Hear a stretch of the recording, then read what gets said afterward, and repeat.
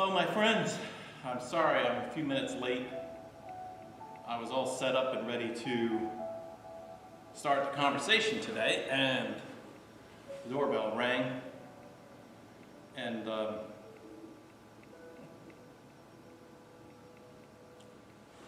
that's very interesting.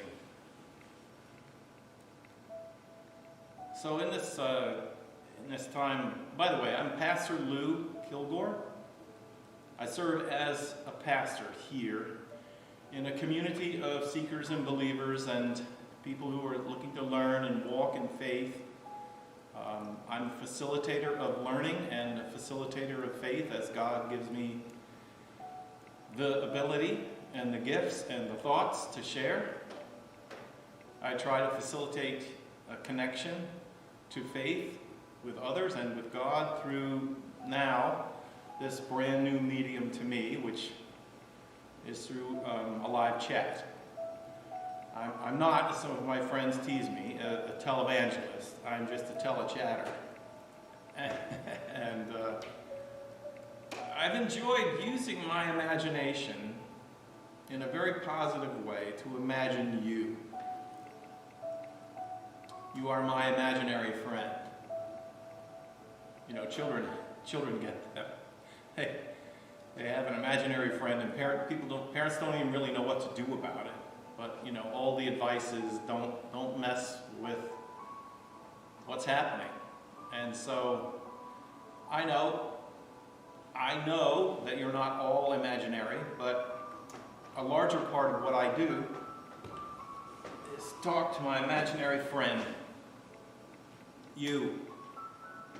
And sometimes you email me, and I like that because then I know that I'm not crazy. But I like having this virtual conversation and connection. It's actually pretty amazing. I'm here in the town called Franklin Lakes in northeastern New Jersey. And I've been here as a pastor now coming up on 9 years, and I'm very grateful for the environment in which faith exists here, because faith here is in a very free environment. No questions are out of line. No inquiry into truth is inappropriate. And things learned that surprise and maybe upset others are still welcomed. And we trust the process. We're not as tied to dogma and doctrine. We recognize the learnings of the past are important, but we're not tied to dogmas and doctrines. We're more open to inviting the new dogmas, the new what we know for sure, the new doctrines of ways that we ought to behave that are more expressive of love and more willing to be shown that God loves all the world, not just those that we know how to love or that we know or that we understand, but that even those we don't understand.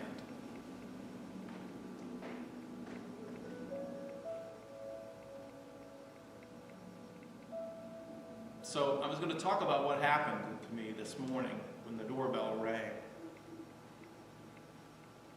Mr. Rogers' neighborhood, the doorbell used to ring and guests would come to the door and he welcomed them in. But because of the COVID restrictions and concerns for everybody's health, I met the person at the door and they had a box.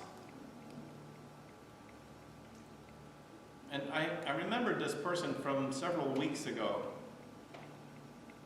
I had been on a mission to be helpful. There was a family that, had no church. There's quite a few of them out there now in the world. And they came to a time of great sadness when one of the three brothers died, and they were a little older than me, and he died. He didn't have a family, didn't have a wife or children. He had lived as a single man, hardworking man, but that he had died in a kind of, I don't know, anonymous way. Didn't have massive achievements in his life. He had taken care of himself. And he died. And his family was looking for someone who might be able, in some words or in some thoughts, they were quasi-religious. They had a remembrance of having been part of faith journeys and communities of faith, but most of that they had fallen away from and felt so disconnected from. So I have a couple of funeral directors who know that in those situations, I'm ready. My calling is there. I am ready to meet people who feel like they have no home with God, and to talk with them and learn from them and hear from them. And so my friend called me and said, would you be willing in this COVID environment to meet a family in the graveyard? The first time you meet them will be in the graveyard. There'll be just a few of them, but they're looking for some way to offer some dignity and some sense of their grief at having lost this brother who they loved. Would you do it? I said yes, immediately. So I went. I went to the cemetery. It was kind of a rainy day. I had my umbrella. I never know what I'm getting into in these situations. I thought there would be maybe 10 people. Instead, there were about 30. They all had masks on, and they were all standing in the cemetery a really good distance apart from each other, and I felt protected by their care and reciprocated. I wear a mask, and even though it steams up my glasses and I can't read my prayer book. Anyway, I did a service in the language of faith, honoring the life of a man who was loved. And I learned a little bit about him. The only thing that they could say about him was that he worked hard. He worked as a florist. He worked for a greenhouse, and he was always at work, 7 o'clock in the morning until 8:30 at night. He worked. He loved plants and flowers.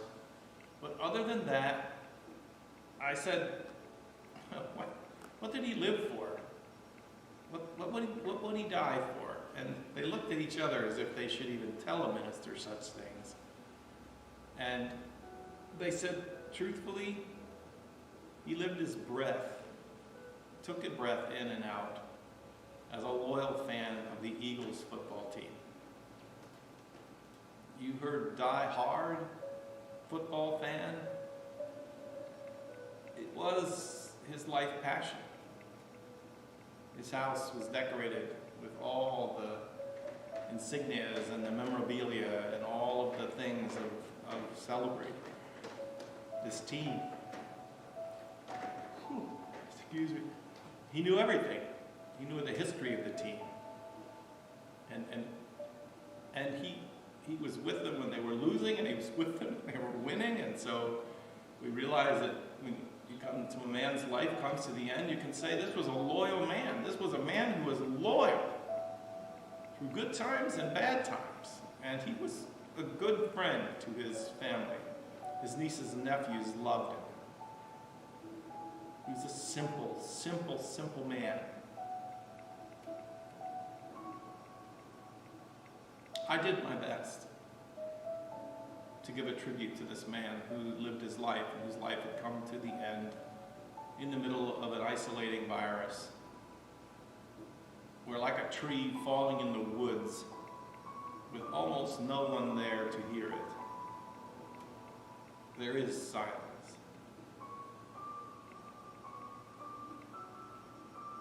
So I read from the scripture. I talked about God who loves us from the beginning to the end, who's loyal to us even though we may not know it, who's loyal to us even when we may not know God, who's faithful to us in all circumstances, in spite of how it looks. I talked about how I believed God was with him through his whole life. And that sometimes you can live and not know. Calvin felt that in the end, the only way you ever did know was because God revealed it to you. You couldn't know it on your own. So anyway, it wasn't long. It was a quiet day in the cemetery. There was some weeping.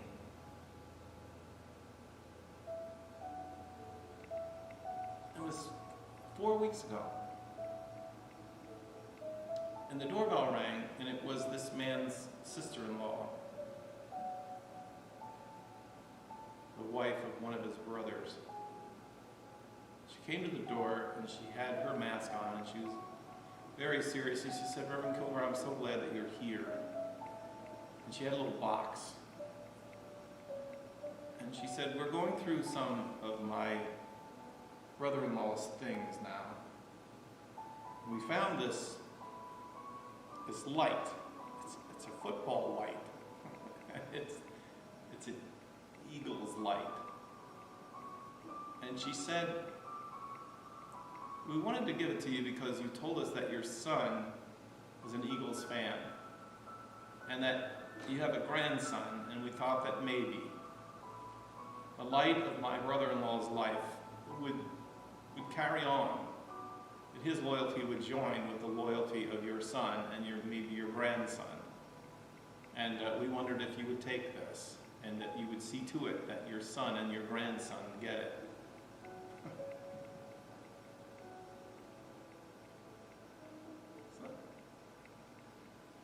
Such amazing things that happen in life.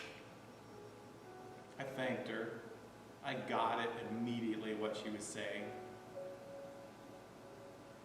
I'm gonna get it. I'm gonna show it to you because I can't describe it well enough.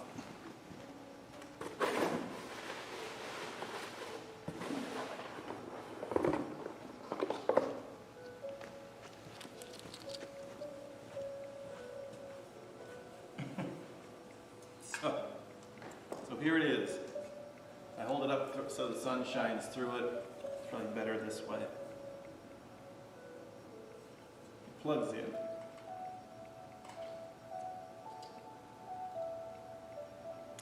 I don't know.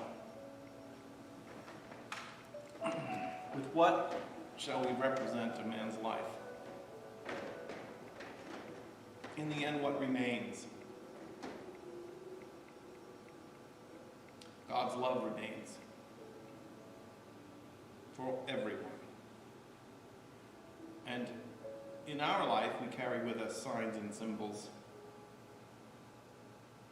I'm not a football fan. I'm an enthusiast. I watch football. I did watch it on Sundays, especially after church, because it puts me to sleep. I can take a nap after church. But I hope that the light of this man's life will live. And that the loyalty and the commitment that he gave to, something you might say is such a meaningless thing. I don't know. I've gone mystical. I told his sister-in-law that day will stand out in my mind. I will talk and tell the stories of that day. They were such a wonderful, warm family. So sincere. At least they seemed. And I told her that I felt like being there, I was standing on holy ground. Ground that had been hallowed by the love of a brother, of a lifetime lived together, of a family that had shared a significant period of time on this planet together and had managed to be loyal to each other and loyal to him and seen his loyalty to his team. It was holy ground. I like it. That's one of the things I like about my job, my calling. I get to walk on holy ground, where God is reaching out, reaching down, reaching in, making contact in the deepest places of who we are. Now, I would say a prayer for that family. I always invite them to come to church, but I can't do that now. That's not always what they need anyway. I'm grateful for the chance to have met them. And as I've shared my life with you and shared through these times, I'm grateful for these connections too. This is kind of holy ground for me as well. A place where meaning explodes beyond just what's happening. So thanks for being here for the journey, for the knock on the door. I wish I could have brought her in and sat her down, but not during these times, not to be safe with each other. God bless you, my friends. God bless your loyalties, the things that you managed to create as a discipline in a long direction. God celebrates humans' ability to be loyal, to be devoted, and to persist in relationships. Thank you for your support and love and encouragement. And I only hope that you'll be empowered to do it more in every direction of your lives. Thank you again for the words that you've sent. I've gotten several emails this week that help me to know more about who you are, my invisible friends. And God bless you, where you are, how you are, for all the things that you're loyal to and all the things that you give your life to. And in so doing, may God be honored and receive what we can give as human beings. Our love and our great gratitude and our faithfulness to God. Thank you for being here for this time. Again, I'm sorry if I was late. I know I was late, but the doorbell rang. God bless you. I'll talk to you tomorrow at 2 o'clock.